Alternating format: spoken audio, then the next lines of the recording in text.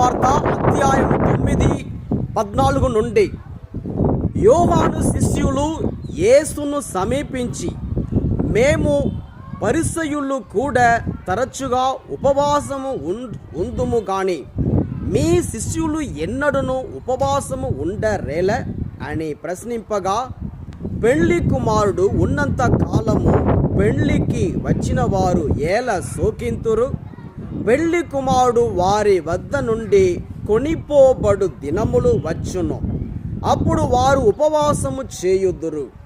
ప్రాతగుడ్డకు మాసిక వేయుటకు క్రొత్త గుడ్డను ఎవడు ఉపయోగించును?